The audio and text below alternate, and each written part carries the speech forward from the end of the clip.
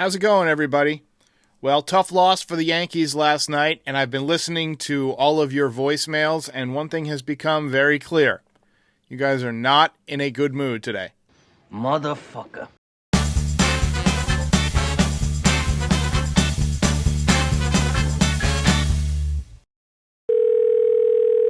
Hi, Derek. It's Hugh from Bay Ridge in Brooklyn, and that loss belongs solely to Boone.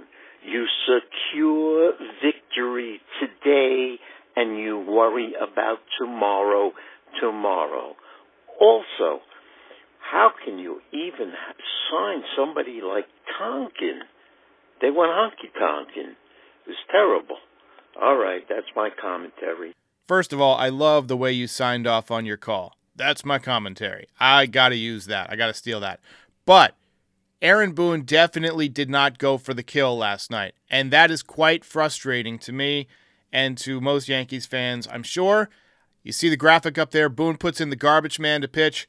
I don't know where they got this guy, but you had some regulars in the bullpen ready to go. You had Clay Holmes throwing 10 pitches, and a lot of them were breaking pitches. He was throwing sliders and stuff last night. And after the game, and there's another voicemail about this right now that I'll get to. Boone gave us the reason why he decided not to go with Clay Holmes, and it makes no sense to me. Tony from Connecticut. Aaron Boone's comment about why he did not put Holmes in the next inning is because he's on pace to be in 80 games this year. This is why you won't win with Boone, and this is why this manager should be fired. To me, that was just a logical mistake from Boone. Your pace of the number of games that you're going to appear in does not change by pitching an extra inning. And as the previous caller said, he's already in the game. You got a chance to win the game.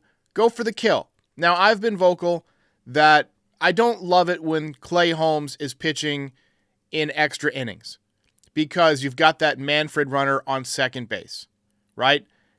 But when the alternative is the garbage man, some guy you brought off the street whose name I didn't know until he was running in from the bullpen. The guy's been designated for assignment 3 times already. It's April 27th. The season started on March 28th. In less than a month, he's been designated for assignment 3 times. And he was the guy that Aaron Boone decided he wanted to pitch this crucial inning in the opening game of a series and of an important road trip. Yeah, this is Steve from Cleveland. How many major league teams can put up with their number 3 hitter hitting the way Aaron Judge is? I know he's the captain, but it really is irrelevant right now. He needs to be dropped significantly in the order for the betterment of the team. If he truly is a captain of quality, he will understand the reason, and it may incite him to produce. The fallacy I'm seeing in your argument is that you're assuming that he's not incentivized to produce already, and that somehow moving him in the order will just all of a sudden make him want to produce. You think he wants to be hitting 180? He's struggling. He's had a bad month. A lot of guys have bad months. It's not the first time he's had a bad month in his career. You remember 2017, after the All-Star break, he stunk on ice for all of August. He's just off to a slow start. And I don't know how many more different ways I can say this. The only way past it is through it.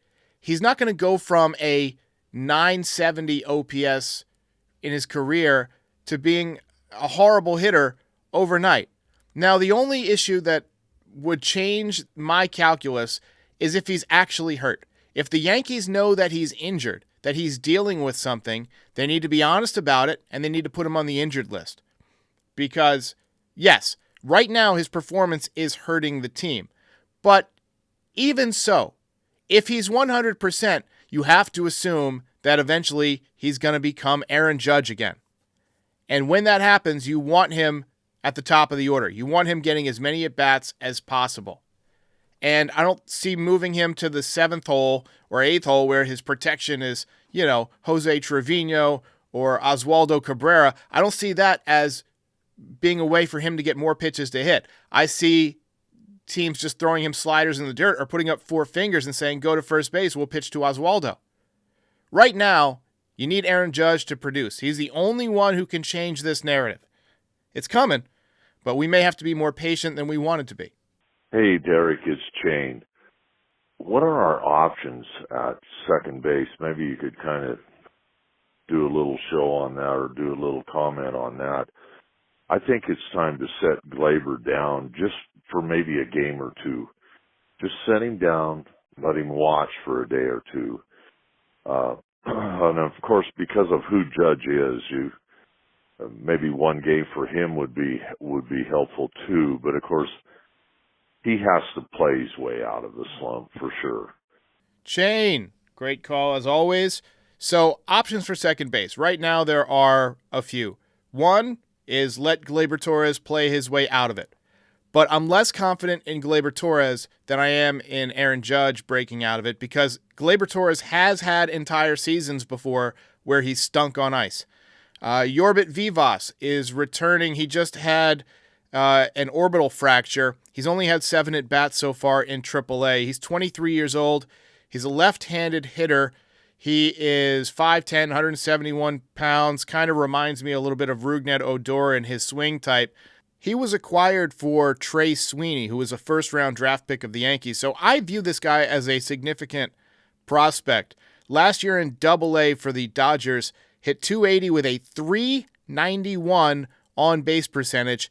He had 52 strikeouts and 54 walks. So more walks than strikeouts. He stole 21 bags.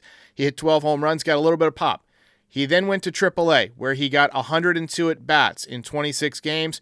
Did not play as well. He had .225. He did have a .339 on-base percentage, so the walks were still there. He had 15 walks and 19 strikeouts. So overall, he had 71 strikeouts and 69 walks, so almost a 1-to-1 ratio. He's definitely a top prospect in my eyes, but at 23 years old, he's getting a little old to be a prospect, so you want him to break out this year.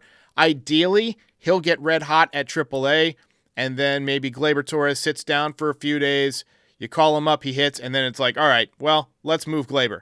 That's kind of the ideal scenario for me, but Gleyber Torres, at any point could start hitting. So I think the Yankees are more inclined to go that route. Yeah, I know that you had talked about, when Cole comes back, Clark Schmidt possibly going to the bullpen and having Luis Gil stay in the rotation. But, watching the game last night, against Milwaukee, you bring Tonkin in, not sure how that made sense, but after Loizaca's loss, you have, kind of a hole in the back end of the bullpen. You got Ian Hamilton, sure. Clay Holmes has been great. But, you need somebody who can come in and get, strikeouts, who can, overpower guys, just a back end, really good, dependable guy that can get guys out, doesn't pitch to contact. That's fair. If you trust Luis Gil to throw strikes in high-pressure situations, that's fair. I think Clark Schmidt is more suited for the bullpen because he can give you, a trip through the order and, pretty much throw strikes the whole time and, get some strikeouts and soft contact and keep the ball in the ballpark.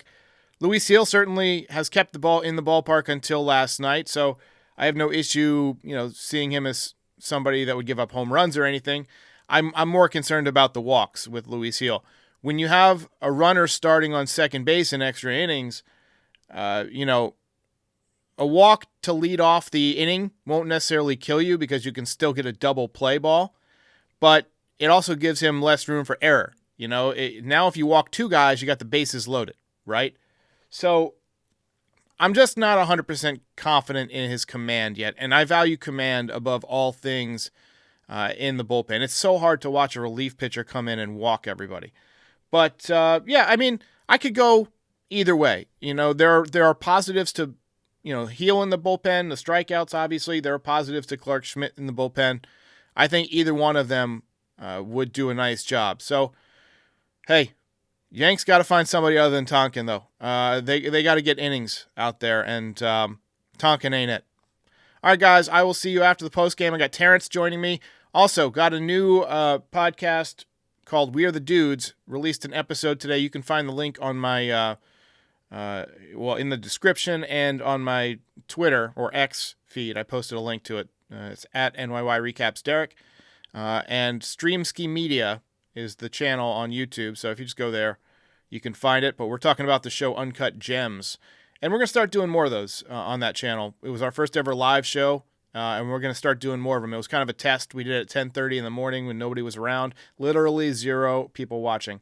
But, it's available now, so go check it out, and I'll see you next time.